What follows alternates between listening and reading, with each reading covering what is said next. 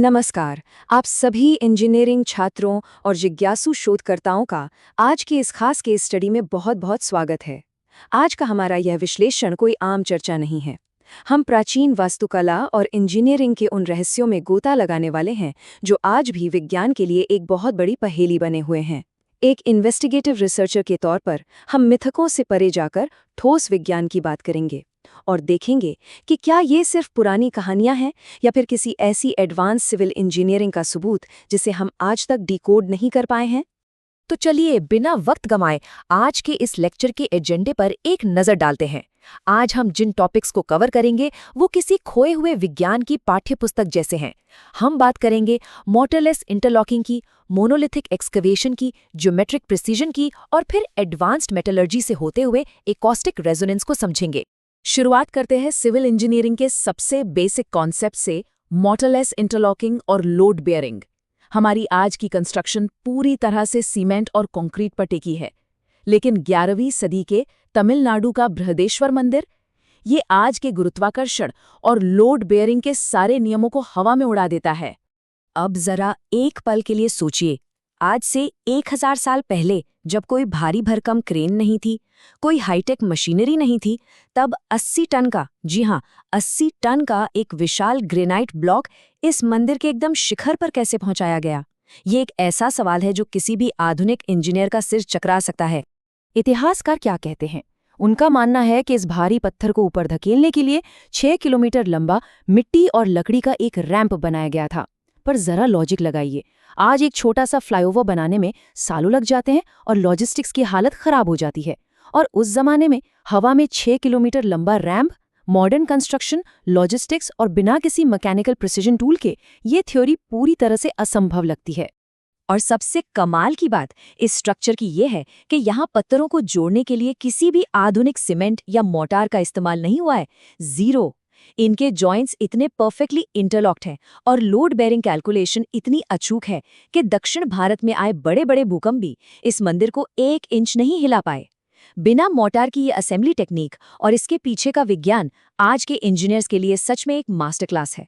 चलिए, पत्थरों को जोड़ने की बात तो हो गई, अब बात करते हैं पत्थरों को काटने की। चलते हैं महाराष्ट्र के एलोरा स्थित कैलाश मंदिर की ओर, जो मोनोलिथिक टॉप डाउन एक्सकवेशन का एक ऐसा रहस्य है जो हमारी समझ से बिल्कुल परे है। मॉडर्न इंजीनियरिंग में हम क्या करते हैं? Bottom up approach, right? नीचे नींव डालते हैं, फिर इमारत खड़ी करते हैं। लेकिन यहाँ 3D नेगेटिव कंस्ट्रक्शन हुआ है। मतलब पहाड़ की चोटी से कटाई शुरू की गई और ऊपर से नीचे की तरफ चट्टान को हटाते हुए पूरा मंदिर तराशा गया।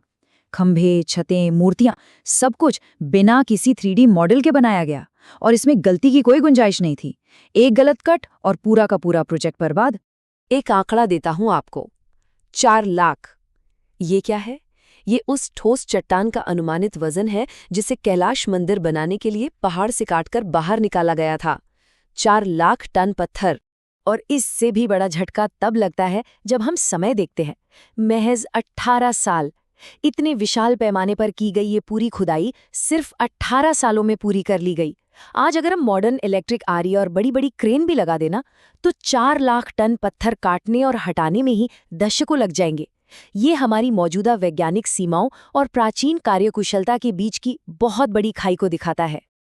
अब आप सोच रहे होंगे कि ये कटाई इतनी सटीक कैसे थी? तो आइए इसी से जुड़े अपने अगले सेक्शन पर चलते हैं, स्टोन कटिंग और जियोमेट्रिक प्रिसिजन। इसके लिए हम राजस्थान के किराडू और उत्तर प्रदेश के शिवपुर का रुख करेंगे। किराडू के खंडहरों के बारे में स्थानीय कहानियां भले ही उन्हें शापित बताती हों, लेकिन जब ASI यानी आर्कियोलॉजिकल सर्वे ऑफ इंडिया ने वहां जांच की तो नतीजे सच में चौंकाने वाले थे। तमाम स्ट्रक्चरल एनालिसिस और एडवांस 3D स्कैन के बाद भी वैज्ञानिक ये नहीं समझ पाए कि बिना मॉडर्न मशीनों के पत्थरों पर लेजर जैसी सटीक कटाई और इतनी बेहतरीन चिकनाई कैसे हासिल की गई। आज के मैकेनिकल प्रिसिजन टूल्स भी इस फिनिशिंग के सामने फीके लगते हैं। और जहां तक जियोमेट्रिक प्रिसिजन की बात है तो कभी जियोमेट्रिक ट्रैप के बारे में सुना है? शिवपुर का भूल भुलैया मंदिर इसका परफेक्ट उदाहरण है। इस मंदिर के आर्किटेक्चर को जानबूझकर ऐसा डिजाइन किया गया था कि एक जैसी दिखने वाली दीवारें और दोहराए जाने वाले पैटर्न इंसान के दिमाग और उसके दिशा ज्ञान को पूरी तरह से उलझा दें। यहाँ ज्योमेट्री का इस्तेमाल इंसान को भ्रमित करने वाले एक हथियार के रूप में किया गया था। इसी ज्यामिति का एक और माइंड ब्लोइंग इस्तेमाल देखिए, जंतर मंतर के सम्राट यंत्र में।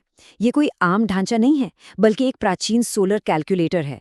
इसका स्ट्रक्चरल डिजाइन और सोलर अलाइनमेंट इतना परफेक्ट है कि सिर्फ सूरज की परछाई के आधार पर ये आज भी एकदम सटीक सेकंड तक का समय बता सकता है। सोचिए, सिर्फ बुनियादी औजारों से इतनी एडवांस्ड एस्ट्रोनॉमिकल कैलकुलेशंस। पत्थरों और कटाई की तो बहुत बात हो गई, पर क्या उनका ज्ञान सिर्फ वास्तुकला तक सीमित था? बिल्कुल नहीं। अब हम अपना ध्यान मटीरियल साइंस और एडवांस्ड एंशिएंट मेटलर्जी की तरफ मोड़ते हैं। 1600 दिल्ली के कुतुब मीनार परिसर में खड़े इस लोहे के स्तंभ को खुले आसमान के नीचे धूप, बारिश और चरम मौसम झेलते हुए 1600 साल से ज्यादा हो चुके हैं। लेकिन हैरानी की बात है कि इसमें आज तक जंग का एक भी निशान नहीं है। और ये शानदार तरीके से हमें क्या बताता है? ये प्राचीन मटेरियल साइंस और मॉडर्न केमिकल ट्रीटमेंट्स के बीच का एक बहुत दिलचस्प कॉन्ट्रास्ट है। जांच में पता चला कि इस लोहे में फास्फोरस की मात्रा बहुत ज्यादा है, जो इसके ऊपर एक प्रोटेक्टिव जंग-रोधी फिल्म बना देती है। आज की तारीख में हम धातुओं को बचाने के लिए सिंथेटिक कोटिंग्स पर निर्भर हैं, लेकिन प्राचीन काल में उन्हें इस केमिकल कॉम्पोजिशन की इतनी गहरी समझ थी, जो वर्तमान विज्ञान के लिए भी एक बड़ी पहेली है। फाइनली हम इस लेक्चर के आखिरी और शायद सबसे अद्भुत हिस्से पे आते हैं, एकॉस्टिक और हार्मोनिक रेजोनेंस, यानी स्ट्रक्चरल इंजीनियरिंग और साउंड फिजिक्स का एक अनोखा संगम। इसे सबटेरेनियन एकोज या भूगर्भीय गूंज कहते हैं।